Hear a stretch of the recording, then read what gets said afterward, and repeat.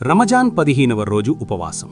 మసీదు జనంతో నిండిపోయింది. అందరూ తరావీహ్ నమాజులో నిలబడి ఉన్నారు. రయీస్ మొదటి వరుసలో ఉన్నారు. కానీ మసీద్ బయట అతని గుర్తింపు ఇంకోలా ఉండే. బజార్లో అతనికి చిన్న దుకాణం ఉంది. తూకం యంత్రంలో చిన్న సెట్టింగ్. 1 కిలోలో 50 గ్రాములు తక్కువ. ఎవరికీ తెలియదు. ప్రతిరోజు కొంచెం కొంచెం లాభం. రమజాన్ వచ్చింది. అతనికి తెలుసు ఈ నెలలో శైతాన్లు బంధించబడతాయి. అతననుకున్నాడు, అయితే ఇప్పుడు పాపాలు తగ్గిపో. తరువాతి రోజు ఒక వృద్ధ మహిళ వచ్చింది. బిడ్డ, ఉపవాసం కోసం 1/2 కిలో బియ్యం ఇవ్వు.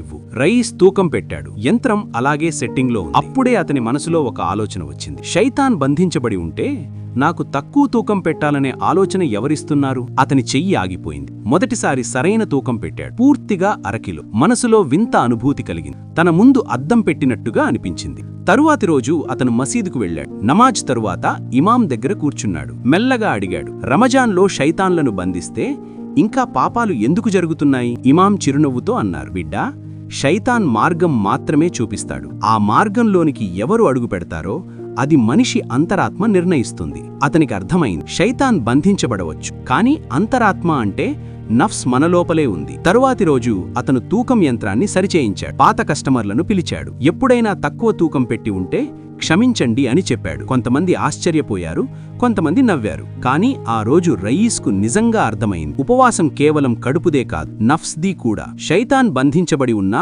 పాపం జరుగుతుంటే యుద్ధం బయట కాదు, లోపల జరుగుతుందని అర్థం. ఇస్లాం మనకు కేవలం శైతాన్తో కాదు, మన అంతరాత్మతో కూడా పోరాడాలని నేర్పుతుంది.